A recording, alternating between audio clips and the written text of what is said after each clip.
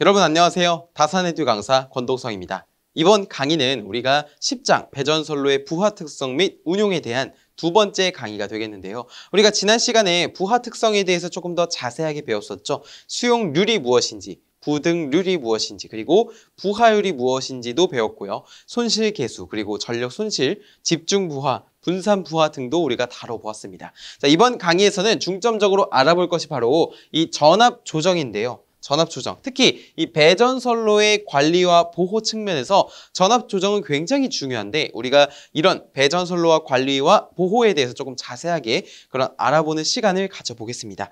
먼저 식사하고 오셨죠? 이 강의 들으시는 것도 좋은데 우리는 밥은 제때제때 드시면서 하셨으면 좋겠습니다. 좋아요. 자, 우리나라 같은 경우는 전압을 유지하게 되는데요. 우리 전압이 이렇게 일정하게 가야 되는데 이 전압이 만약에 요동친다면 어떻게 될까요? 그거는 굉장한 불안정을 초래하게 됩니다. 그렇기 때문에 우리나라에서는 공칭전압 및 주파수를 이렇게 분류를 하고 그것에 대한 적절한 유지 범위를 이렇게 규정하고 있습니다. 전압이 110V라면 6V 풀마, 220V라면 풀마 13V, 380V라면 풀마 38V, 주파수의 경우에는 그 미세한 차이만으로도 큰 영향을 불러오기 때문에 이렇게 별다른 큰 값이 아닌 0.2Hz로 조절을 하게끔 되어 있습니다. 자, 그러면 전압 조정은 왜 해야 될까요? 제가 앞서 말씀드린 것처럼 이 전압 조정이라고 하는 것은 굉장히 중요한데 전압을 조정함으로써 우리 수용가 측과 공급자 측이 달라지게 된다는 거예요. 이점이. 자, 수용가 측은 우리잖아요. 우리. 또는 어떠한 건물, 어떠한 공장이 될 것입니다. 자, 그러면은 거기는 이 전압을 일정하게 조절해 줌으로써 기기의 수명이 증가하게 되고요. 그렇겠죠? 그렇죠? 자, 그 다음에 효율 또한 증가하게 됩니다. 왜냐하면 이제 기기에는 그 전격 전압이라고 하는 것이 있기 때문에 그 전격 전압에 맞추면 최대의 출력을 낼 수가 있게 되는 것이죠. 자, 그리고 안정도도 증가하게 되고 결국에 수명, 효율, 그 다음에 그로 인해서 생산성이 증대됩니다. 자, 이런 이점을 받을 수가 있어요. 가질 수가 있어요. 자, 공급자 측은 이제 전압을 보내는 측이잖아요. 그렇죠? 자, 공급자 측의 경우에는 이제 전력 손실에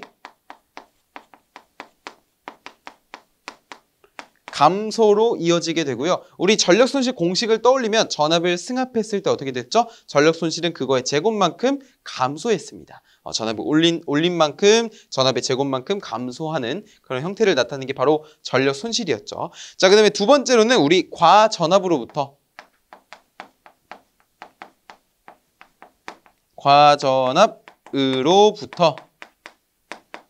기기를 보호함에 있어요.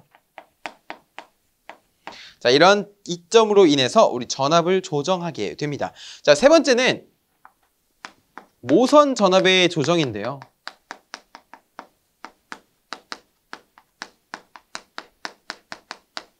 모선이라고 하는 것은 무엇이에요?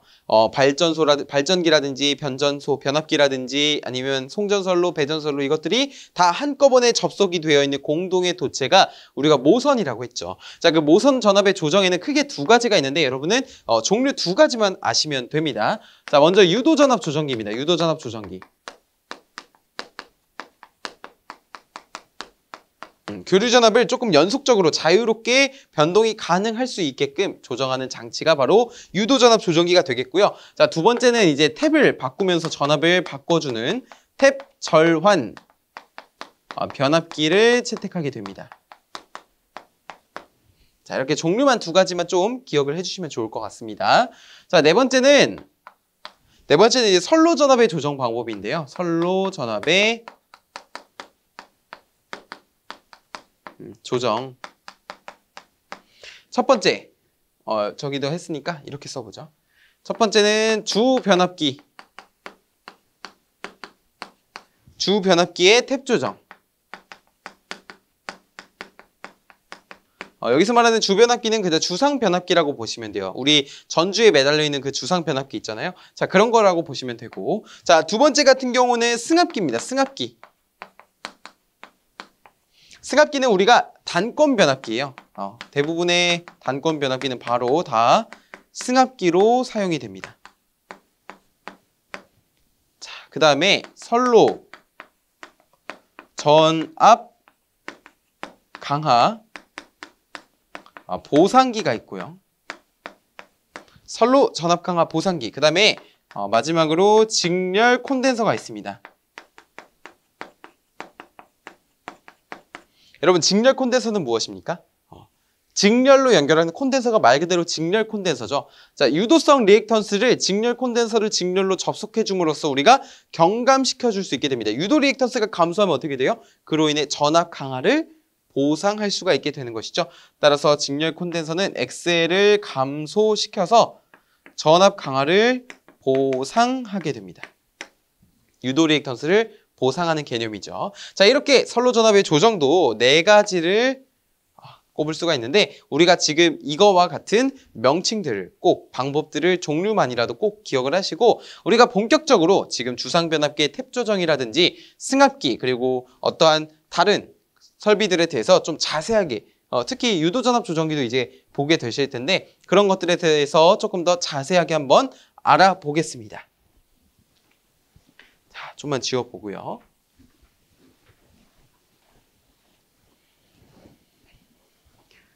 다음 보시면은 주상변압기의 탭 조정이에요, 여러분. 주상변압기의 탭 조정. 우리 주상변압기의 탭 조정이라고 했을 때 자, 가만히 보시면 이게 구조도거든요. 여기가 고압측이 되는 것이고요. 여기가 저압측이 되는 것입니다. 자, 그럴 때 잘 보세요. 이 원이라고 하는 것은 입력측 전압이죠. 뭐라고요? 입력측 전압. 그렇죠? N1이라고 하는 것은 1차 측의 권수입니다. 자, 그럼 N2는 뭐예요? 2차 측의 권수죠. 그럼 E2는 뭡니까? 출력 측의 전압입니다. 즉, 저압 측의 전압이 되는 것이죠. 자, 그런데 잘 보시면은 E1이라고 하는 건 입력 전압이기 때문에 변합니까? 변하지 않습니까? 안 변하죠. 자, 변하지 않는 것이라고 해서 불변이라고 하고 제가 이렇게 밑줄 표시를 해놓을게요. 자, N1은 지금 보시다시피 탭이 여러 개로 나눠져 있는데 여기 보이는 이 탭 절환 개폐기가 자 이렇게 하나, 둘, 셋, 넷, 다섯 왔다 갔다 하면서 무엇을 조절하는 겁니까? 바로 1차 측의 권수를 조절하는 거예요. 그럼 N1은 변하나요? 안 변하나요? 변하는 변수입니다. 자, 다음 두 번째 N2 보시면은 N2는 2차 측의 권수인데 보시다시피 변하지 않습니다. 그래서 이것도 불변이에요. 자, 그 다음에 E2라고 하는 것은 출력측 전압이죠. 결국에 이 N1이라고 하는 것을 변화시켜서 여기에 나오는 전압을 바꿔주게 되는 겁니다. 그럼 이것도 변하게 되는 겁니다. 그래서 우리가 이 권수비라고 하는 것은 N2분의 N1은 E2분의 E1이잖아요. 그렇죠. 그런데 지금 E1이랑 N2는 뭐라고요? 불변이라고요. 그러면은 자, E1이랑 N2 불변. 이렇게 고려를 안 하겠다고 보겠습니다. 자, 그러면 나머지 이 둘만 봐서는 어떠한 관계를 가지고 있나요? 이 둘만 봐서는 E2라고 하는 것은 어떤 것에 반비례합니까? N1이라는 것에 반비례하는 것을 알 수 있어요. 그러면은 N1이라고 하는 것을 줄이면 권수를 줄이면 어떻게 되는 거예요? E2가 증가하게 되는 겁니다. 그래서 우리가 어떠한 문제를 접할 수가 있냐면요. 예를 들어서 13,200이 N1이에요. 13,200이 N1이에요. 자, 그때 E2 출력 측의 전압, 그러니까 저압 측 전압 있죠? 그때가 95V라고 합니다. 95V. 그러면 이 95V에서 110V가 되었다고 해볼게요. 그러면은 얼만큼 증가합니까? 95분의 110배가 증가하게 된 거죠. 자, 그때에 이 N1의 값을 물어보는 문제가 출제된다는 거예요. 그럼 우리 N1이라고 하는 것은 어떻게 구하는 거예요? N1 프라임이라고 해볼게요, 여기를. N1 프라임이라고 하는 것은 기존의 13,200에 지금 전압이 증가한 것에 반대되는 개념을 해야 되죠. 그러면은 110분의 95를 해주면 자, 이것을 계산하면은 11,400이 나옵니다. 권수를 13,200에서 11,400으로 줄였더니 전압이 어떻게 됐어요? 증가하죠. 자, 이처럼 일반적으로 2차 측 전압은 증가하기 마련입니다. 왜냐하면은 전압 강화를 보상하기 위해서 이 전압을 증가시키게 되거든요. 그래서 1차 측의 권수를 조정해서 우리가 2차 측의 전압을 조정할 수가 있다. 이게 뭐라고요? 주상변압기의 탭 조정이라고요. 굉장히 중요한 개념입니다, 여러분. 자, 굉장히 중요한 개념이고 우리가 실기에서도 이런 개념을 이용을 해서 문제가 푸는 것도 나오니까 여러분 이 부분은 꼭 잘 기억을 해주셨으면 좋겠어요. 자, 그 다음에 우리가 지금 주상변압기에 대해서 배웠는데요. 사실 일반적으로 배전 선로에서 이 전압 조정은 이 주상변압기의 탭 조정으로 해결이 됩니다. 다만 선로의 길이가 매우 길어서 이 전압 강하가 좀 커지고, 자, 이렇게 될 때는 이 주상변압기의 탭 조정만으로는 전압을 조정하는 것이 어려울 수가 있어요. 그래서 어떤 것이 필요하게 되냐면 중간중간에 이러한 승합기, 즉 단권 변압기를 설치해 주게 됩니다. 자, 단권 변압기. 벌써부터 재밌어 보이지 않나요? 이 단권 변압기는 단상도 있고요, 삼상도 있어요. 우리가 단상인지 삼상인지 그리고 결선이 어떻게 되는지에 따라서 우리 단권 변압기의 특징이 달라지게 되는데, 자, 그것에 대한 것을 지금부터 보시겠습니다. 첫 번째, 이원이라는 것이 있고요. 이원은 이제 입력 측 전압이라는 것을 알겠죠. 자, 승합기는 뭐예요? 승합기는 전압을 승합하는 겁니다. 그럼 여기가 뭐가 되는 거예요? 저압 측.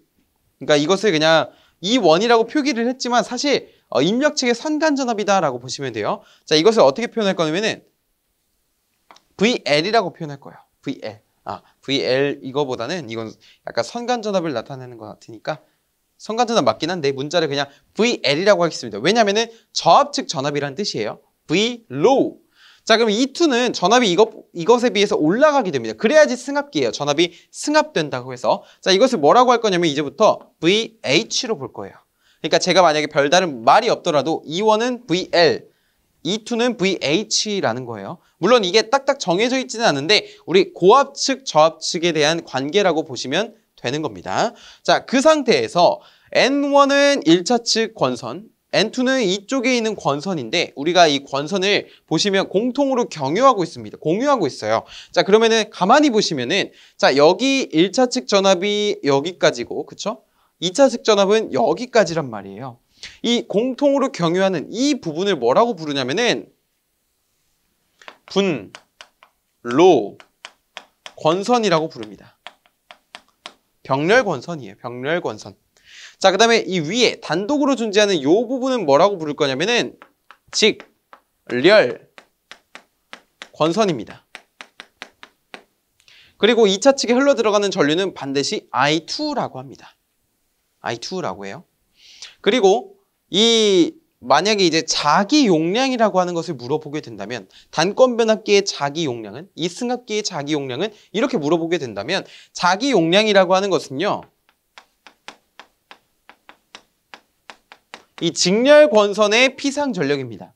그러면은 어떻게 돼요? 여기에 걸리는 전압이 E2잖아요. E2. 그쵸? E2 곱하기 I2. 이게 자기 용량이에요. 승합기의 자기 용량을 물어보면 이것을 물어보는 것이구나 라고 대답하시면 됩니다.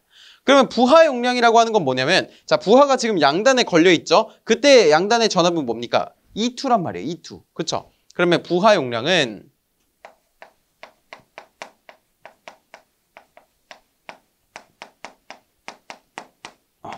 E2I2가 됩니다.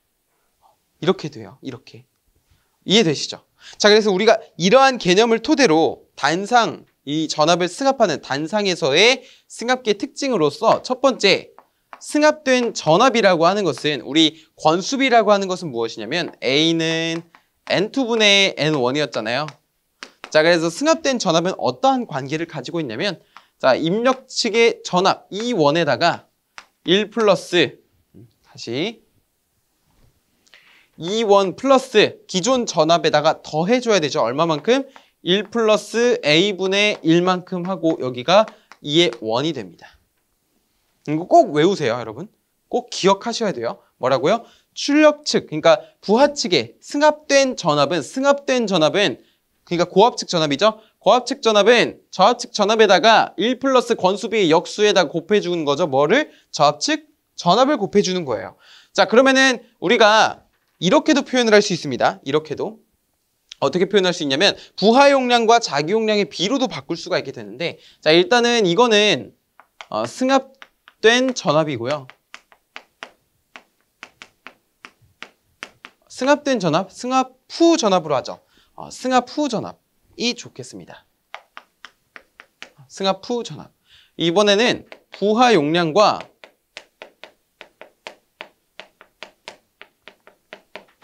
자기 용량의 B를 구해볼게요. 부하 용량과 자기 용량의 B. 자, 그러면은 우리가 B를 구하려면은 뭐분의 뭐 이런 식으로 표현하는 게 일반적입니다. 그렇죠? 그러면 여기가 부하 용량이라고 하고 분모가 여기는 자기 용량이라고 하겠습니다. 그럼 아까 전에 부하 용량 뭐라고 했죠? E2, I2라고 했어요. 그렇죠. 자, E2, I2고 자, 여기는 뭐라고 했냐면 자기 용량이라고 했습니다. 자기 용량은 소문자 E2의 I2라고 했어요. 직렬권선의 용량이라고 했죠.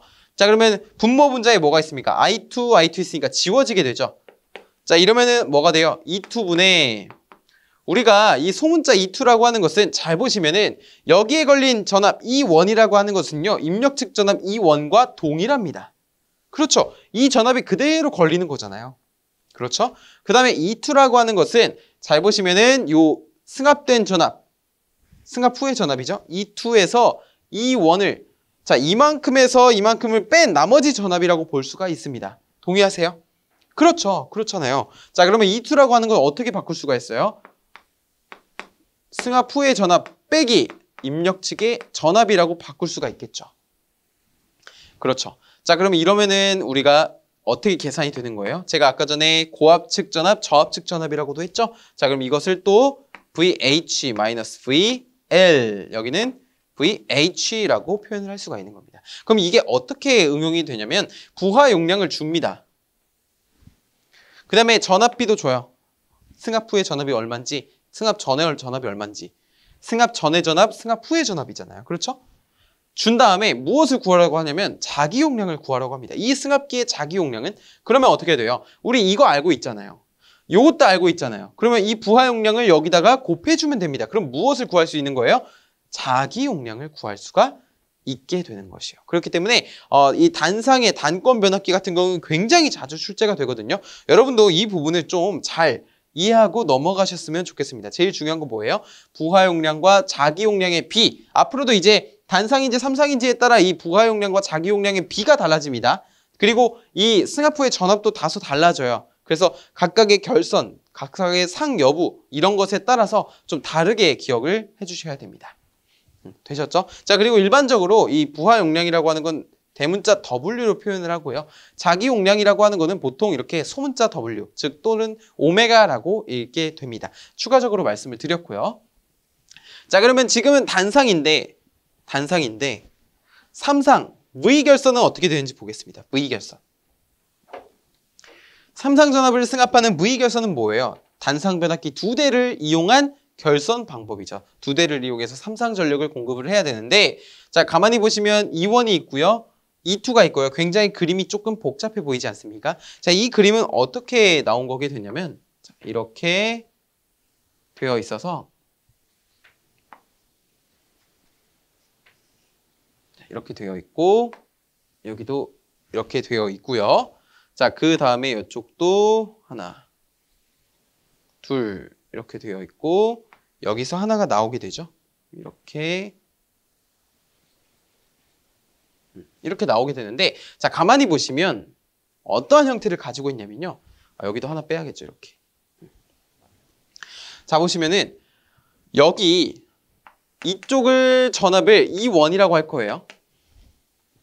그 다음에 여기에 걸려있는 전압을 E2라고 할 겁니다. 그러면 여기가 승합 전의 전압, 승합 후의 전압이라는 것을 알 수 있겠죠. 자, 그 다음에 여기를 E1이라고 하고요. 자, 그 다음에 여기를 E2라고 할 겁니다. 그 다음에 이쪽은 그냥 이렇게 지울게요. 그냥 선으로만 볼게요. 선으로만. 그러면 잘 보세요, 여러분. 이 가운데 선을 기준으로 봤을 때 위쪽만 보면은 아까 전에 봤던 뭐랑 같아요? 아까 전에 봤던 이런 형태랑 동일하죠. 자, 이 형태가 여기에 있는 겁니다. 그렇죠. 근데 여기 하나 더 있는 거죠. 그러면 단상변압기 하나, 두 개를 이용해서 결국에 무엇을 만든 거예요? V결선을 만든 거예요. 그게 이러한 형태고 이걸 변압기로 바꿔놓은 게 여기입니다. 이러한 형태가 되는 거예요. 자, 그때 여기는 전류가 I, 2가 흐른다고 하고 우리가 부하 용량이라고 하는 것은 무엇이라고요? 부하 용량은 E2 곱하기 I2고 그쵸? 그 다음에 자기 용량은 요 소문자 E2 곱하기 I2인데 V결선 같은 경우는 삼상전압을 공급하잖아요. 그렇죠? 그렇기 때문에 여기가 E2, I2가 부하 용량이 아니라 루트 3 E2, I2가 부하 용량이 됩니다. 그래서 자 하나 정리해보면은 승합 후의 전압 E2라고 하는 것은 기존 추가되는 전압 E1에다가 마찬가지로 1 플러스 A분의 1의 E1으로 정리가 됩니다. 왜냐하면 단상변압기 2대를 사용하기 때문이죠. 그 상태에서 우리가 부하 용량분의 자기 용량을 보게 된다면 부하 용량은 뭐라고요? 루트 3 E2의 I2라고요. 자기 용량은 뭐라고요? E1, E1이 아니죠. E2의 I2라고요. 그런데 지금 이게 몇 개 있습니까? 이 자기 용량은 직렬권선의 용량이라고 했죠. 자, 직렬권선의 용량 하나, 2개 있습니다. 2개 있죠. 자, 그렇기 때문에 여기에 뭐가 곱해져요? 2가 곱해지는 거예요. 이런 형태로 되는 겁니다. 자, 그러면 이것을 어떻게 표현할 수 있냐면 우리 I2, I2 똑같이 지워지잖아요. 그럼 이걸 어떻게 바꿀 수 있죠? 루트 3분의 2 괄호 열고 여기 E2가 승합 후의 전압이라고 했으니까 VH라고 고압측 전압이라고 표현할 수 있고 여기는 VH-VL이라고 표현할 수가 있습니다. 그렇죠. 자, 이게 뭐예요? V결선의 부하 용량과 자기 용량의 비입니다. 그럼 여기가 지금 이게 뭐냐면 2대 기준이에요. 2대. 무슨 말이에요? 단상변압기 2대 있을 때. 그러면 변압기 1대, 단상변압기 1대 기준이면은 이게 어떻게 되겠어요? 이 B가 단상변압기 1대 기준. 여기는 2대니까 2가 곱해져 있는 거죠. 1대면 그냥 당연히 2분의 1로 곱해져서 루트 3분의 1에 VH분의 VH-VL이 됩니다. 이거예요. 이거예요. 우리가 이것을 꼭 알아야 되고 이건 뭐라고요? 1대라고요. 우리가 그래서 2대인지 1대인지도 이렇게 구분을 지어야 된다는 것을 보여드린 겁니다. 이어서 다음 조금 이제 어려운 내용이 나옵니다. 이게 사실 이제 실기시험에서 한두 번 출제가 된 적이 있던 내용인데요. 바로 어떤 거냐면 델타 결선은 델타 결선인데 다르게 변형을 시킨 거예요. 바로 변연장 델타 결선입니다. 변연장. 변을 연장했다라고 보시면 되는데 우리가 일반적으로 이 그림 지금 복잡해 보이죠? 자, 어디 그림에서 나온 거냐면 자, 여기서부터 출발합니다. 뭐가 출발해요? 바로 델타 결선이 출발하죠. 자, 이런 식으로 델타 결선이 그려졌어요. 근데 이건 일반적인 델타 결선이잖아요. 그렇죠? 자, 여기에 뭐냐면 변이 추가된 거죠. 여기랑 여기 접속점 이거 잊지 마시고요. 이렇게 되어 있고 자, 그 다음에 이쪽으로도 선이 하나 나와야 됩니다. 오른쪽으로도 선이 나와야 돼요. 자, 어디냐면은 이렇게. 자, 그 다음에 여기 하나 거치고 이 밑에서도 선이 하나 나와야 됩니다. 이렇게. 그 다음에 지금 하나, 둘, 셋, 넷, 다섯, 여섯 나왔죠. 그럼 이제 선을 이어주면 되는데 여기 같은 경우는 일로 쭉 가게 되고요. 자, 여기서부터 쭉. 지금 여기 이어진 거 아닙니다. 여기 점프한 거예요. 접속점을 표시 안 하면 이어진 게 아닙니다. 자, 이렇게 그릴 수가 있어요. 이게 보시면 기존 델타 결선에서 지금 선을 연장한 겁니다. 변을 연장한 거죠. 변연장 델타 결선이 되는데 자, 여기 보시면 요게 E2고요. 여기 E1, E1, E1, E2, E2가 돼요. 그러면 여기에 흐르는 전류가 I2가 되겠죠? 그렇죠. 그러면은 여기에 걸리는 전압이 뭐예요? 이렇게 여기에 걸리는 전압이 바로 E2가 되는 거예요. E1이라고 하는 것은 여기에 걸리는 전압이 여기가 아니죠? 쭉 빼서 여기에 걸리는 전압이 E1이 됩니다. 이 그림이랑 동일한 거예요. 이 그림을 변압기 형태로 나타낸 것이 이런 그림이 되겠습니다. 결국에 우리가 이해만 하면 되는데 어떤 거냐면 자, 자기 용량이라고 하는 것은 직렬권선 E2 곱하기 I2라고 했어요. 근데 몇 개 있습니까? 델타 결선이니까 하나, 둘, 세 개 있죠. 하나, 둘, 세 개. 그러면은 세 개. 3, E2, I2가 자기 용량이 되는 것을 알 수 있고 부하 용량 같은 경우에는 루트 3이 붙게 되는데 우리가 변연장 델타 결선 같은 경우는 그 식이 굉장히 좀 복잡합니다. 일단은 승합 후의 전압 E2라고 하는 것은요. E1 똑같이 더해주긴 하는데 이거는 이제 식의 형태만 좀 암기를 해주시는 것을 권장드려요. 어떤 걸 더해주냐면 2분의 3에 2의 1을 더해주게 됩니다. 여기서 A분의 1이죠. A분의 1에 2의 1을 더해주게 됩니다. 자, 이런 식으로 더해주게 돼요. 아, 여기에 여러분 제가 하나 빼먹었는데 1 플러스입니다. 1 플러스. 2분의 3에 A분의 1에 2의 1이고 단위는 볼트가 돼요. 우리가 이전에 했던 다 전압도 모두 다 단위가 볼트가 되어야 됩니다. 자, 이게 뭐라고요? 승합 후의 전압이라고 해요. 고압측 전압. 자, 그런데 이것도 있잖아요. 부하 용량 분의 자기 용량이 있어요. 자, 이것도 마찬가지로 루트 3의 E2의 I2가 부하 용량이 되고요. 자, 그 다음에 여기는 3, E2, I2가 된단 말이에요. 근데 이거는 어떻게 표현되냐면 조금 복잡합니다. 자, 교재식에 따르면은 E2분의 루트 3. 우리 전압에 대해서만 구하고자 하는 거예요. 자, E2분의 루트 3에 마이너스 2분의 E1 플러스 10, 루트죠, 루트. 루트 3분의 E1의 E2의 제곱. 마이너스 12분의 E1의 제곱입니다. 이 식 같은 경우는 굉장히 복잡해요. 그래서 물어보더라도 이것을 계산하는 문제는 잘 출제가 되지 않고요. 식의 형태를 묻는 문제가 출제가 되는데 결국에 뭐예요? 이것이 변연장 델타 결선에서의 부하 용량과 자기 용량의 비라는 거예요. 다만 여기서 부하 용량을 주고 고압측 전압과 저압측 전압을 줬다면 이 공식을 이용해서 곱하기 여기다가 부하 용량 W를 해주게 되면 자기 용량을 계산해낼 수가 있게 되는 것이죠. 그래서 우리가 이 형태만 좀 잘 기억을 해주시면 좋겠습니다.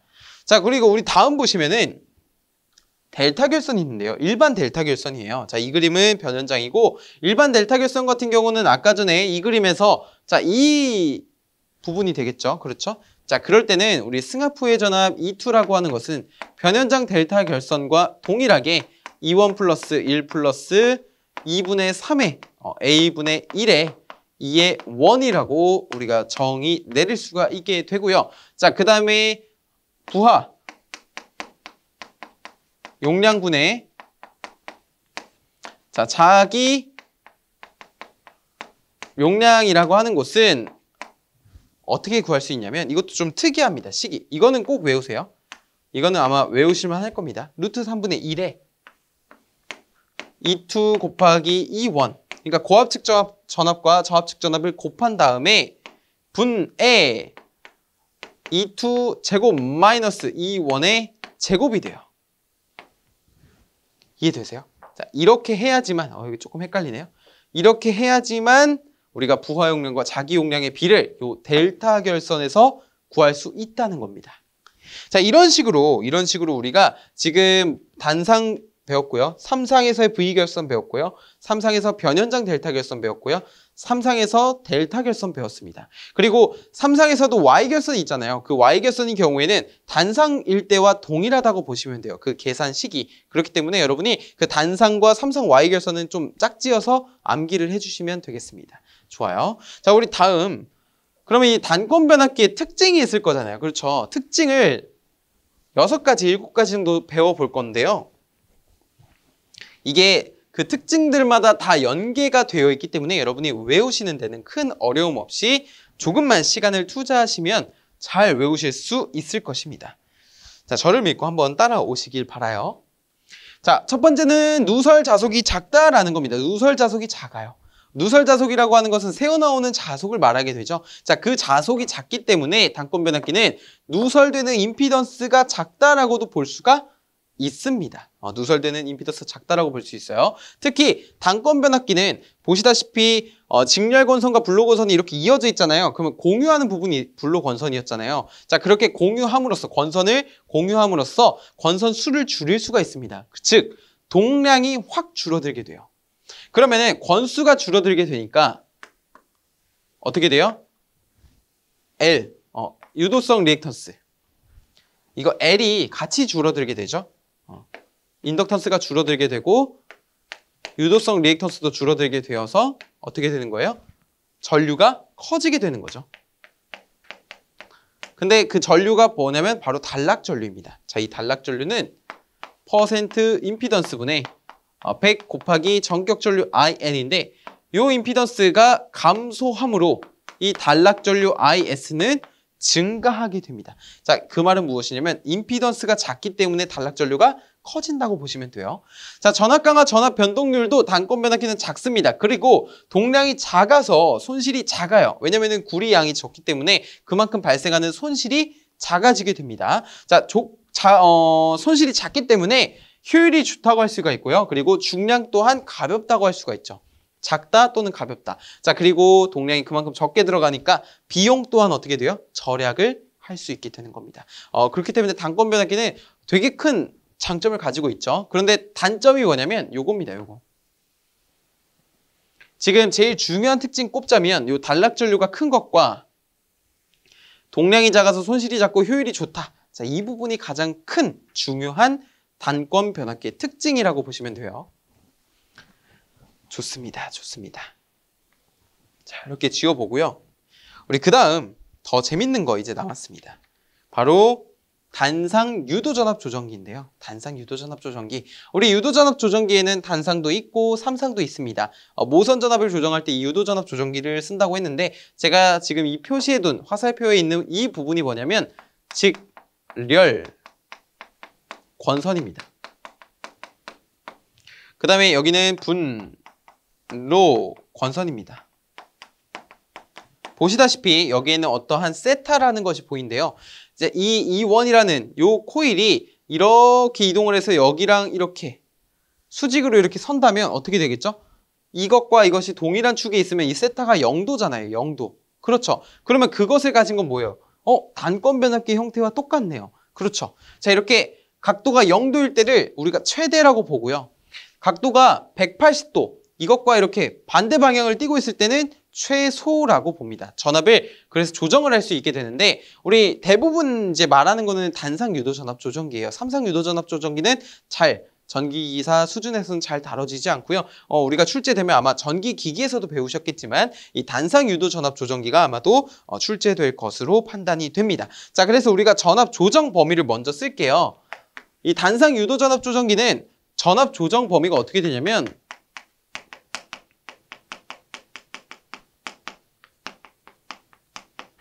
자, E2라고 하는 것은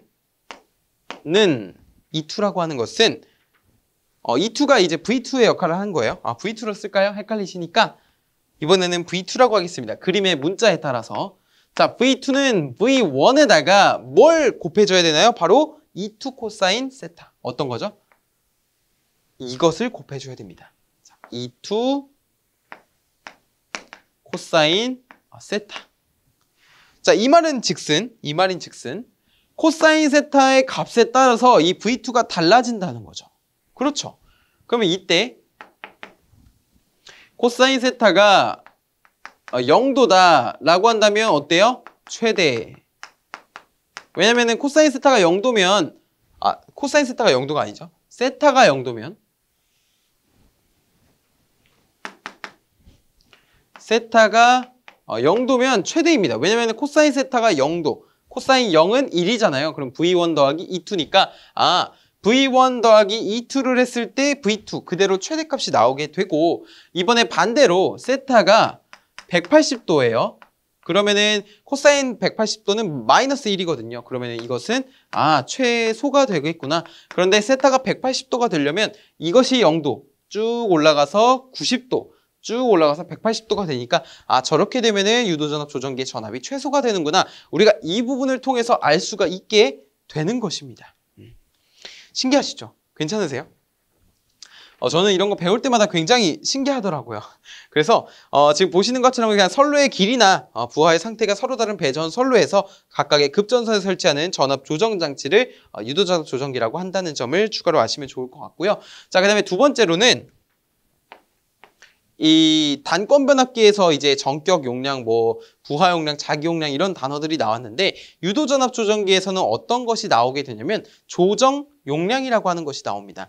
조정 용량이라고 하는 것은 우리 전격 출력이라고 하는 것과 같아요.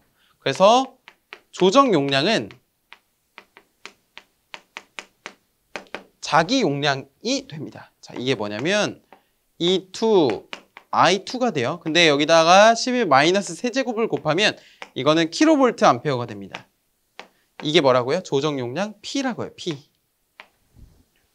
그리고 세 번째, 부하 용량입니다. 부하 용량.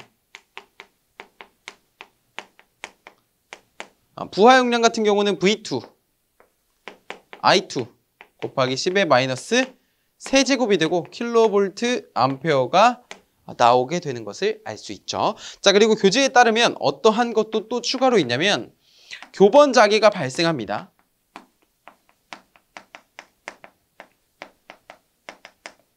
그리고 입출력이 위상이 같아요. 동위상. 이런 것도 추가로 아시면 좋고, 자, 그리고 전압 변동이 심한 급전에서의 전압 조정 등에 사용이 되는 것이 이런 단상 유도 전압 조정기가 되겠습니다. 자, 이게 단상 유도 전압 조정기의 전압 조정 범위였다면 이제 삼상 유도 전압 조정기도 간단하게만 알아볼게요. 잘 다뤄지진 않지만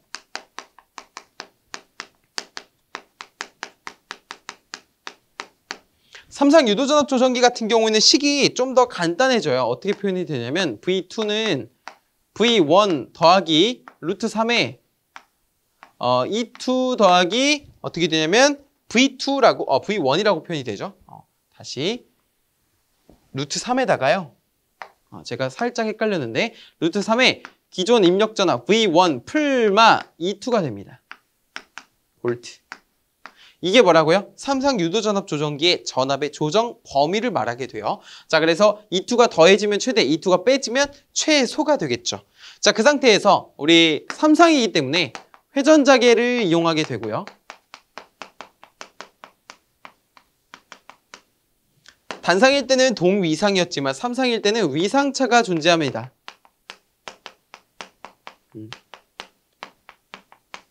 이렇게 위상차가 존재한다는 특징도 있고, 그리고 지금 여기는 단상 유도전압 조정기잖아요. 자, 가만히 보시면 이 블록 원선에 이렇게 수직으로 무엇이 설치되어 있냐면요. 단상 유도전압 조정기만 해당이 돼요. 자, 이렇게 어떠한 권선이 설치가 되어 있는데, 자, 이것을 뭐라고 부르냐면은 단락 권선이라고 부릅니다. 뭐라고요? 단락 권선.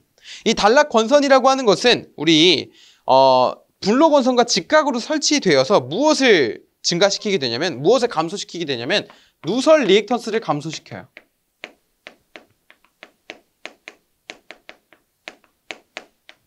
누설 리액턴스를 감소시켜요. 누가? 단락 권선이. 그럼 누설 리액턴스가 감소되면 어떻게 돼요? 전압 강하 또한 감소되죠. 전압 강하 감소가 됩니다. 자, 근데 단락 권선이 어디에만 있다고요? 단상 유도 전압 조정기에만 있고, 이 삼상 유도 전압 조정기 같은 경우에는 단락 권선이 필요가 없습니다.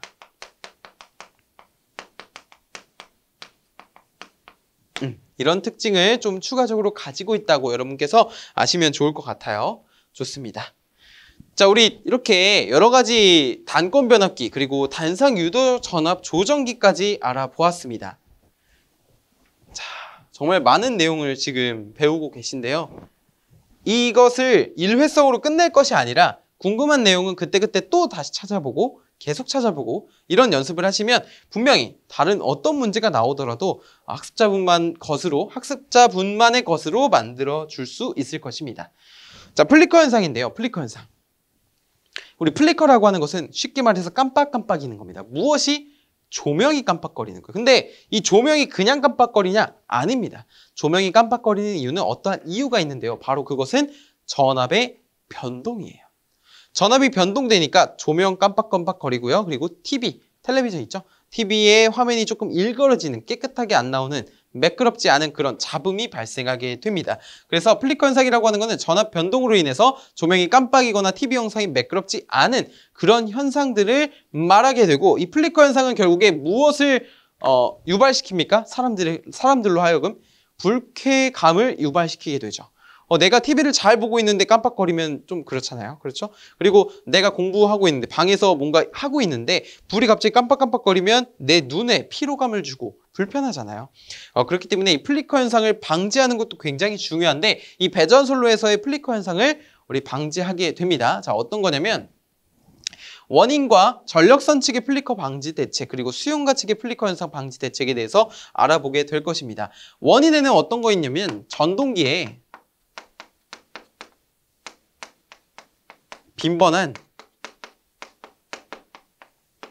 기동, 정지. 전동기를 수시로 기동하고 정지하고 이런 것에 의해서 전압의 변동이 발생할 수 있다는 것이고요. 그로 인해 플리커 현상이 발생이 되는 거죠. 자, 그다음에 고장 전류의 차단. 고장 전류를 수시로 이제 차단함에 있어서 우리가 전압 변동이 발생할 수도 있다라는 것입니다.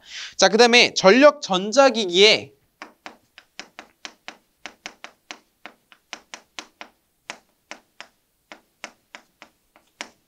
고속 스위칭. 전력 전자기기의 고속 스위칭인 경우에도 전압 변동이 되고요. 하나만 더 표현하자면 이제 전기로라든지 아크로 이런 원인들도 있고, 자, 그리고 고장시 대전류 차단. 그래, 하나 더 있네요. 직경뢰 그리고 유도뢰. 이런 것들에 의해서도 우리가 플리커 현상이 발생하더라라고 할 수가 있습니다. 자, 전력선 측의 플리커 방지 대책은 크게 4가지가 있게 되는데 전력선 측 방지 대책과 수용가 측 방지 대책 이렇게 2가지를 꼭 암기를 해주셔야 돼요. 필기시험뿐만이 아니라 실기시험 단답형 문제로도 출제가 된 적이 많기 때문에 우리가 반드시 외워주셔야 됩니다. 자, 전력선 측, 우리 전력선 측에서는 어떻게 해야 될까요? 첫 번째, 바로 공급 전압을 승합해야 됩니다.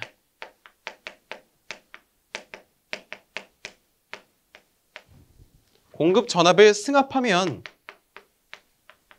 그 전압 변동에 따른 플리커 현상을 방지할 수 있게 되고요. 자, 2번째는 그냥 이 계통 하나로만의 전용 계통으로 전력을 공급해야 됩니다. 뭔가 연계되어 있으면 안 된다는 거죠. 3번째는 또는 전용 변압기로 공급을 해야 되고요.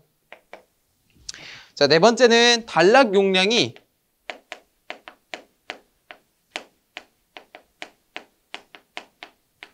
큰 계통에서 공급이 됩니다. 공급을 해야 됩니다. 자, 그렇게 해서 우리가 플리커 현상을 전력선 측에서 방지를 할 수 있게 되는 것이고요. 자, 2번째는 이제 수용가 측의 방지 대책인데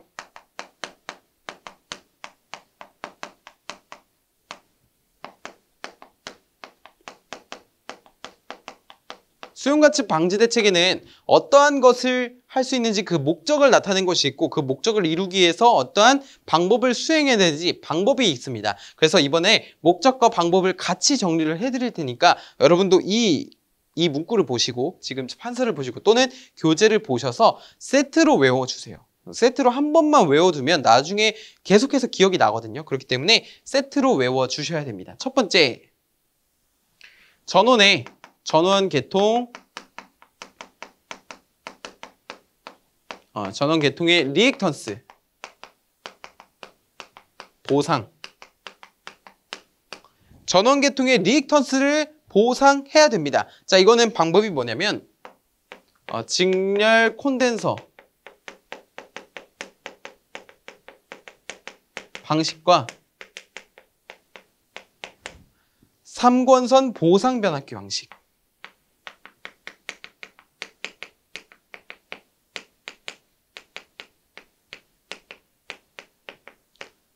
자, 이렇게 정리를 할 수가 있고요. 자, 두 번째는 전압 강화를 보상해야 됩니다.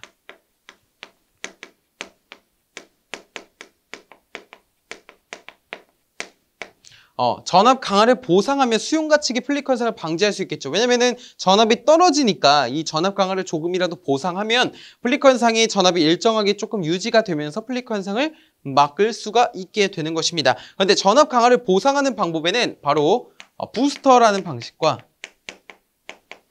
그리고 상호 보상 리액터 방식을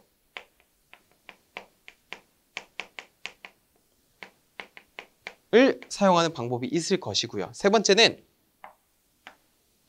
플리커 부하의 무효 전력부터 하죠. 부하의 무효 전력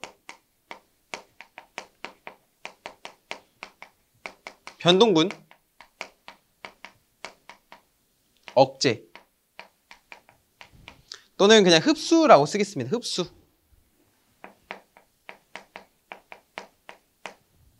자, 이러한 방법은 무엇이냐면 동기조상기, 이런 조상 설비 있죠? 그 동기조상기와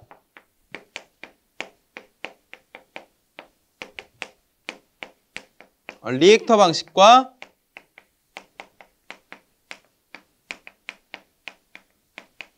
사이리스터를 이용한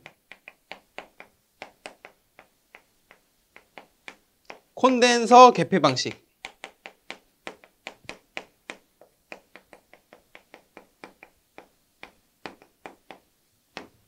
리액터와 사이리스터 방식을 이용한 콘덴서 개폐 방식을 이용할 수도 있다는 거예요. 우리 리액터, 사이리스터 이런 것들을 다 이용해서 이용하는 거 뭐가 있었죠? SVC, 정지형 무효전력 보상 장치가 있었습니다. 자, 네 번째는 플리커 부하전류 변동분 억제입니다. 이 흰색으로 쓴 것이 목적이고요. 이 노란색으로 쓴 것이 방법입니다. 그렇기 때문에 이 흰색 부분이라도 꼭 암기를 해주시고 이 노란색 부분은 각각의 방식이므로 매칭을 시키는 연습만 좀 하시면 좋을 것 같아요. 자, 그리고 이 플리커 부하전류 변동분을 억제하는 방법은 직렬 리액터를 채용하면 됩니다. 직렬 리액터의 주 목적이 뭐였죠? 제5고주파를 제거하게 되는 거죠. 자, 고주파를 제거하고 그리고 플리커 부하전류를 변동분을 억제시켜주는 그런 역할을 수행하는 게 바로 이 직렬 리액터가 되겠습니다. 자, 우리 지금 보시면은 플리커 현상에 대해서 배웠는데요. 다른 영향도 있어요, 여러분. 자, 다른 건 어떤 영향이냐면 자, 이 정도 판서가 길어서 지우는 것도 좀 오래 걸리는 점 양해 부탁드립니다. 자, 어떤 거냐면 바로 고주파에 의한 영향입니다. 고주파. 고주파 경감 대책이 있고요. 고주파의 원인이 있는데요. 자, 고주파의 경감 대책 첫 번째는 그냥 델타 결선을 채용해야 됩니다. 델타 결선을 채용하면 어떻게 돼요? 고주파가 제3고주파가 델타 결선 내부를 순환하게 되면서 고주파를 제거하게 되죠. 자, 두 번째는 고주파의 필터를 설치해야 됩니다. 고주파 제거 필터를 설치하는 거예요. 자, 세 번째는 기기에 고주파 내량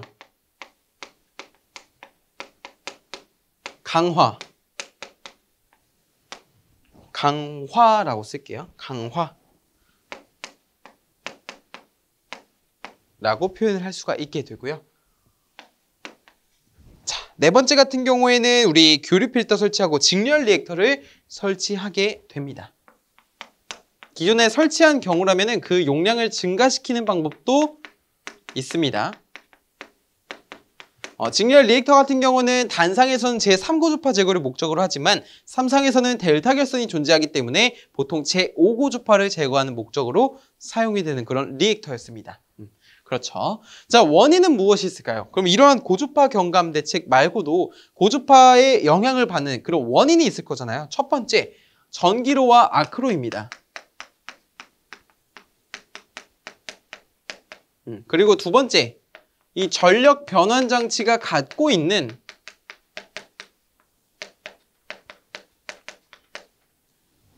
고주파, 약간 펄스 있죠. 그 고주파 펄스가 굉장히 이 고주파에 영향을 준다는 겁니다. 자, 그리고 세 번째는 변압기, 회전기의 자기여자 현상. 자기여자 현상.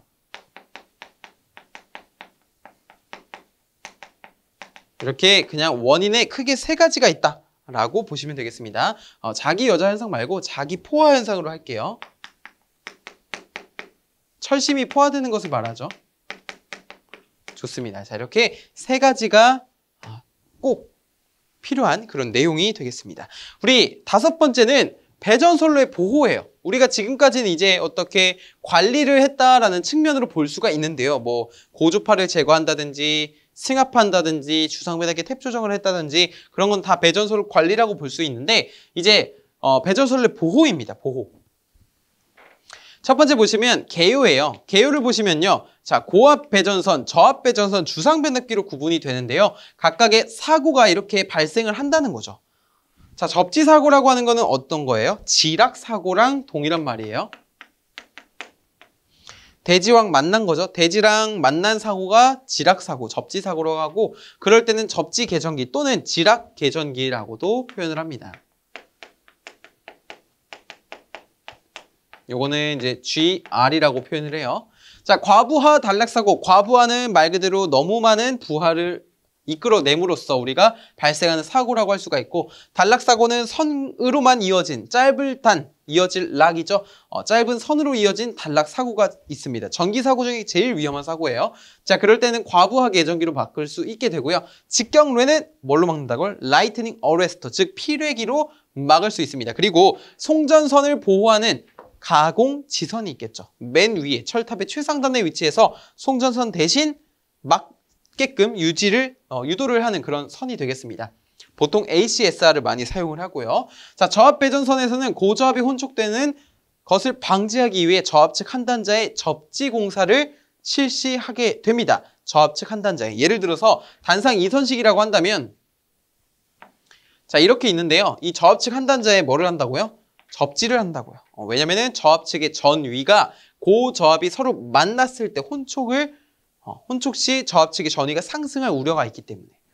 그리고 고저압 혼촉하니까 이제 말씀드릴 내용은 우리 다중접지 있잖아요. 중성선의 다중접지에서 고압과 저압이 만나는 이런 고저압 혼촉 시에, 이 고저압 혼촉 언제 일어나면 주상변압기가 소손되거나 단락되거나 애자의 절연이 파괴되어서 소손되는 그런 경우가 발생했을 때 이 고압 측과 저압 측이 만나는 고저압 혼촉 사고가 발생하게 됩니다. 자, 이렇게 된다면 중성점에 어떠한 전위 상승을 일으키게 되거든요. 일으키게 되는데 그것을 방지하기 위해서 이 고저압에 있는 중성선을 전기적으로 연결하게 됩니다. 그 목적은 뭐냐면 고저압 혼촉 시 수용가에 상승하는 침입 전압을 억제하기 위해서입니다. 자, 이런 것도 좀 추가로 아시면 좋고 제가 팁박스에 적어놨으니까 그 부분을 참고해 주시면 좋겠습니다. 자, 과부하 단락사고에는 저압 퓨즈를 사용하게 되고요. 주상변압기인 경우에는 고압 퓨즈로서 단락사고를 예방할 수 있게 되고 우리 퓨즈의 주목적이 단락전류를 차단하는 거잖아요. 그렇죠? 그 주상변압기의 1차 측 보호 장치로는 컷아웃 스위치가 있습니다. COS라고 해서 컷아웃 스위치가 되는데 이 퓨즈 링크가요. 차단될 때 열에 의해서 끊어지는 용단이 되었을 때 퓨즈 링크 바깥으로 무엇이 튀어나오냐면은 퓨즈가 튀어나와요. 그렇기 때문에 우리가 컷, 자르고 아웃, 튀어나온다. 컷아웃 스위치라고 하는 겁니다. 이게 뭐라고요? 1차 측 보호장치라고요. 이거 굉장히 중요합니다. 주상변압기 1차 측 보호장치로 옳은 것은 하면은 바로 컷아웃 스위치가 나와야 돼요. 또는 2차 측 보호장치라고 물어봤을 때는 뭐가 나와야 돼요? 캐치 홀더가 나와야 됩니다. 캐치 홀더라고 하는 것은 저압에서 배전용 변압기의 2차 측, 인입구나 인출선에 설치가 되는 것으로 2차 측의 보호장치로 사용이 됩니다. 이 점만 좀 기억을 해주세요. 뭐라고요? 1차 측 뭐라고요? 컷아웃, 2차 측 캐치홀더. 좋습니다. 그 다음에 우리 개폐 장치를 보면요. 여기 옆에 있죠. 그쵸? 개폐 장치를 보면 개폐 장치라고 하는 거는 열고 닫을 때 사용하는 장치에 대해서 물어보는 겁니다. 그렇죠? 자, 그렇기 때문에 첫 번째 가스 절연. 개폐 장치. 가스 절연 개폐 장치 보겠습니다. 이거 말고 가스 절연 부하 개폐기라고 써 있네요. 그렇죠?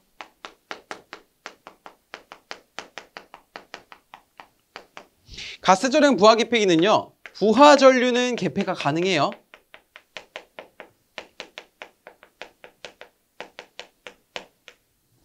그런데 고장 전류는 차단하지 못합니다. 무슨 말씀인지 아시겠죠? 부하 전류는 개폐할 수 있으나 고장 전류를 차단하는 기능은 없다라는 거예요. 이 부분만 좀 잘 기억을 해주시면 되고, 자, 두 번째는 자주 나오는 겁니다. 바로 리클로저라고 하는 것인데요. 여를 써도 되고 리클로저, 어를 써도 상관없는데 저는 어라고 한번 쓸게요. 영어이기 때문에 상관없습니다. 자, 한국어로 쓰면 자동 재폐로 차단기라고 부르게 됩니다. 이건 뭐냐면 순간 고장을 억제시킬 수가 있어요. 제거할 수 있습니다. 왜냐하면 우리 배전선로의 대부분의 사고는 순간 정전일 때가 많습니다. 대부분이 그런데 그럴 때를 대비해서 리클로저가 잠깐 동안 차단시켰다가 다시 재투입을 해줌으로써 건전한 수용과의 전력을 공급할 수 있도록 도와주는 그런 친구라고 보시면 되고요. 자, 이거는 반드시 어떤 것과 세트로 있어야 되냐면 바로 세 번째에 있는 자동 선로 구분 개폐기와 세트로 있어야 됩니다.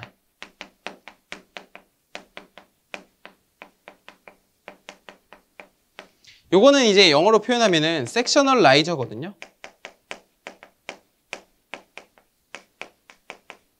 이 리클로저는 고장 전류를 차단할 수 있는 기능이 있어요. 차단기이기 때문에. 그런데 이 자동 선로 구분 개폐기는요.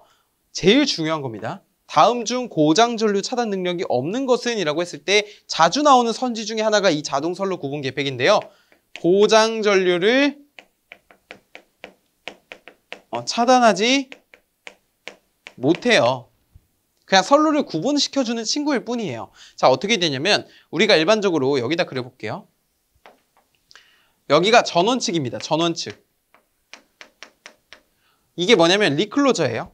자, 그 다음에 이쪽에 어떠한 섹셔널 라이저가 있고요. 이걸 S라고 표현을 해보겠습니다. 또는 S2라고 표현을 하기도 해요. 자, 이쪽으로 이제 부하가 있겠죠. 근데 다른 쪽도 있단 말입니다. 섹셔널 라이저가 또 있고 이쪽으로도 가고 이 밑으로도 쭉쭉쭉 가고 있는데, 자, 보시면은 이 리클로저라고 하는 게 처음에 여기서 어떤 사고가 발생했어요. 그럼 사고가 발생하게 되면은 여기 섹셔널 라이저는요 고장 전류를 차단할 수가 없어요. 그래서 먼저 리클로저가 열립니다.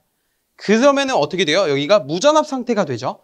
그 무전압 상태에서 어떻게 됩니까? 섹셔널 라이저가 열리면서 무전압 상태니까 열릴 수가 있단 말이에요. 그 열어놓고 다시 리클로저는 닫아요. 그러면 여기 건전한, 이 고장난 거 아니잖아요. 여기는 이 건전한 쪽에 전력을 공급받을 수 있도록 이 둘은 항상 세트가 되어야 됩니다. 리클로저가 차단한 횟수를 기억했다가 영구 고장일 경우에 이렇게 그냥 열어버려서 영구 고장을 제거하는 자동 선로 구분 개폐기가 되겠습니다. 그래서 후비 보호가 뭐가 되냐면 후비 보호는 전원측을 말하거든요. 그렇기 때문에 섹셔널 라이저의 후비 보호는 리클로저가 됩니다. 여기가 차단에 실패할 경우 여기가 막아주는 역할을 수행하기 때문에 여기가 후비 보호가 되는 거예요. 자, 그래서 반드시 직렬로 이렇게 직렬로 접속이 되어야 합니다. 좋습니다. 자, 세 번째는 했고요. 네 번째는 우리 자동 고장 구분 개폐기예요.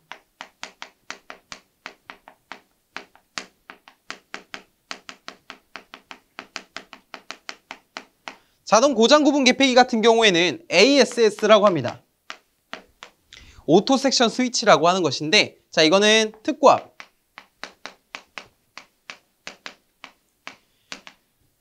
22.9kV 1000kV 암페어 미만 이하라고 할게요.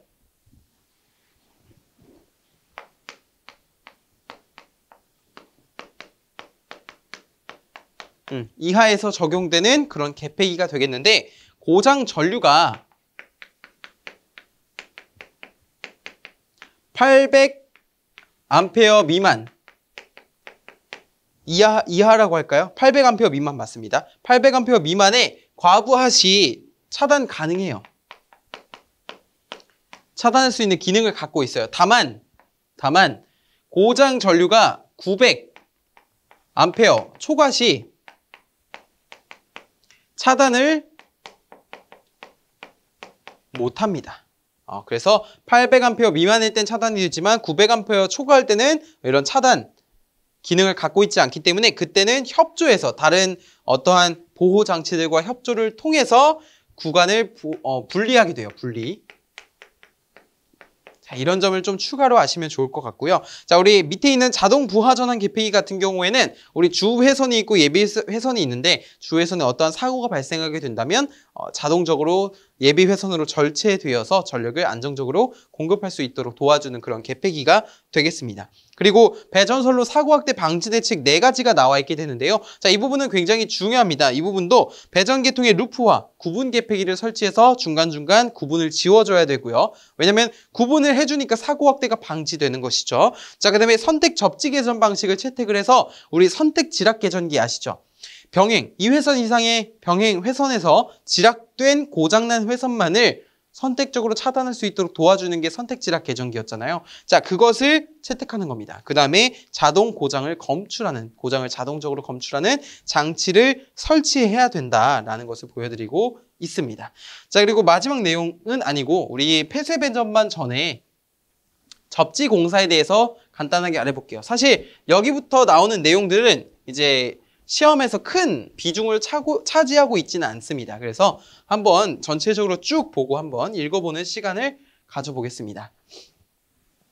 접지공사인 경우에는 접지공사는 대지와 연결해서 대지와 등전위를 만들어주는 공사가 접지공사가 되겠는데요. 보통 이렇게 표시를 하죠. 접지를 하면 접지하고 E라고 표현을 하죠. 자, 목적은 다음과 같습니다. 고저압이 혼축되었을 때 저압 측의 전위가 상승이 억제가 돼요. 이것을 저압 측 한 단자 접지한다고 말씀을 드렸죠. 자, 그다음에 기기를 외함을 접지해 줌으로써 우리가 어떻게 되는 거예요? 인체 감전을 방지할 수 있게 되는 겁니다. 좋아요. 이상전압 억제에 의한 절연 계급의 저감 보호 장치의 확실한 동작인데 이것은 중성점을 접지하는 것이라고 보시면 되겠고요. 우리 다음 보시면 위험 전압이라고 있는데 자, 이렇게 사람이 2명이 있습니다. 자, 하나는 절연이 파괴된 기기의 외함을 만지는 경우고요. 하나는 접지전극 주변에 이렇게 접지전극 주변에 그냥 걸어가고 있는 겁니다. 자, 그럴 때 만지는 곳에 걸리는 전압을 접촉 전압이라고 하고 이렇게 걸을 때 1m 간에 걸리는 전압을 보폭 전압이라고 말하게 됩니다. 자, 보시면은 접촉 전압은 사람이 대지 전위가 상승된 기기의 외함에 접촉했을 때 사람의 손과 발 사이에 발생하는 전압을 말하게 되고요. 보폭 전압이라고 하는 것은 접지장과 부근의 지표면에 생기는 전위 차를 말하게 되고 보통 사람의 1m 보폭에 해당이 되는 전압입니다. 자, 저감 대책 같은 경우는 접지극을 깊게 매설하는 방법이 있습니다. 저기 밑에 깊게 매설하게 되면은 접촉 전압을 위험 전압을 저감시킬 수 있다는 거예요. 자, 메쉬식이라고 하는 것은 우리 방사상식입니다. 그물처럼 뻗어나가는 그런 접지 방법을 채용해서 메쉬 간격을 좁게 한다라고 표현을 할 수가 있고, 자, 위험도가 큰 곳에는 자갈 또는 콘크리트를 사용한다라고 했는데 맞는 설명입니다. 콘크리트와 자갈을 사용하면 조금 더 위험 전압을 줄일 수가 있어요. 접지 저항을 충분히 작게 해서 대지 전위 상승을 억제한다라고 되어 있는데, 자, 접지 저항을 작게 해줌으로써 전위 상승을 억제해 주니까 결국에 위험 전압 또한 감소하게 되겠죠. 자, 그리고 보조 접지선을 매설하면 더 큰 도움을 줄 수가 있게 되고요. 자, 이것을 주 접지선과 접속시켜서 등전위까지 시켜줘야 되겠습니다. 자, 마지막으로 고속도 차단기를 채용해야 됩니다. 차단을 빠르게 해야 된다는 거죠. 좋습니다. 자, 그 다음에 우리 마지막으로 폐쇄 배전반을 보겠습니다. 폐쇄 배전반. 자, 여기가 7번이 되겠네요. 금속재 큐비클 내에 회로의 모선, 그리고 단로기, 차단기, 변성기, 이런 CT나 PT 있죠? 자, 그런 것들을 주 장치를 내장을 하고 이를 감시 제어하는 계기, 조작 스위치, 개전기 등을 조합시킨 하나에 다 들어있는 개폐 장치가 되는 겁니다. 밀폐 구조를 가지고 있고요. 차단기는 주로 진공 차단기를 사용해요. 여기 보시면 CT도 있죠? 그렇죠? 자, 그렇기 때문에 장점을 보시면 결국에 이 폐쇄 배전반의 목적은 사람의 감전을 방지하는 겁니다. 인체 감전을 방지하기 위해서 채택하게 되는데 첫 번째는 증설이 용이에요. 증설. 어떤 증설이 용이한 거죠? 부하 설비의 증설이 용이한 겁니다. 제어 및 조작 회로에 있어서. 자, 두 번째는 공사 기간이 짧아요. 세 번째는 접지된 금속함으로써 우리 안전을 확보할 수 있습니다. 자, 네 번째는 설치 면적을 감소시킬 수가 있고요. 설치 면적. 그리고 유지 보수 비용. 또한 적게 가져갈 수가 있는 그런 방식이 폐쇄 배전반이 되겠습니다. 자, 단점으로는 기기의 열화가 촉진되는 것이랑 사선 및 활성 구간에 어렵다는 그런 단점을 가지고 있는데, 결국에 폐쇄 배전반이라고 하는 것은 이런 장점 그리고 목적, 사람의 감전 방지가 주 목적이다. 이것만 좀 잘 정리를 하고 가시면 좋을 것 같아요. 자, 마지막으로 정말 오래 기다리셨습니다. 우리 개념 확인 풀어보고 강의 한번 마무리 지어보겠습니다. 자, 배전선로에서의 전압 조정 장치를 3개 이상 적으라고 했는데요. 첫 번째 어떤 것이 있었죠? 주상변압기의 탭 조정, 주변압기 탭 조정. 그리고 두 번째는 어떤 것이 있었죠? 선로 전압 강화 보상기 또는 그 다음에 세 번째는 승합기 있었고요. 네 번째는 직렬 콘덴서가 있었습니다. 자, 그 중에 3가지 적으시면 되고, 다음 설명을 읽고 옳으면 O, 틀리면 X를 하라는데, 전압 변동이 심한 급전선을 가진 배전 변전소에서는 전압 조정 장치로 유도 전압 조정기를 사용한다. 맞는 설명이죠. 단상 승합기 한 대를 사용해서 승합할 경우 승합 전의 전압을 E1이라고 하면 승합 후의 전압 E2는 E1 플러스 E1분의 E2이다. 이게 E2가 아니라 여러분 E1입니다. 그렇죠? 자, 그래서 이거는 이제 틀린 설명이 되겠고요. 단권 변압기는 전압 변동률이 작고 단락 전류도 작을까요? 임피던스가 작기 때문에 단락 전류는 크게 됩니다. O가 아니라 X죠. 섹셔널라이저는 고장 전류를 차단하는 능력을 가지고 있다라고 했는데, 섹셔널라이저는 고장 전류를 차단하는 능력을 갖고 있지 않기 때문에 반드시 후비 보호로서 리클로저를 협조하는 직렬로 연결되어서 협조를 해야 된다고 말씀을 드렸습니다. 고압측 중성선과 저압측 중성선을 전기적으로 연결하는 것은 고저압 혼촉 시 수용가에 침입하는 전압 상승을 억제하기 위함이다. 맞는 설명이 되겠고요. 자, 주상변압기의 보호장치로는 1차 측이 어떤 거? 컷아웃 스위치, 2차 측이 캐치홀더가 있었죠. 주상변압기와 캐치홀더가 있다라고 작성을 해주시면 되겠습니다. 자, 이렇게 10장 배전선로의 부하 특성 및 운용에 대한 개념 확인까지 마무리를 지어봤습니다. 정말 많은 내용을 배운 이번 강의라고 할 수가 있겠는데요. 여러분이 오늘 배운 내용을 토대로 좀 다른 문제를 풀어봤을 때 또 이 내용을 그대로 접목시킬 수 있도록 제가 또 많은 Q&A도 언제든지 해주세요. 제가 언제든지 많은 도움을 드릴 수 있도록 할 테니까 여러분이 그만큼 열심히 공부하시면 더 좋은 결과가 있다는 것을 깨닫고 가시면 좋을 것 같습니다. 저는 또 다음 강의에서 찾아뵙겠습니다. 고생 많으셨습니다. 감사합니다.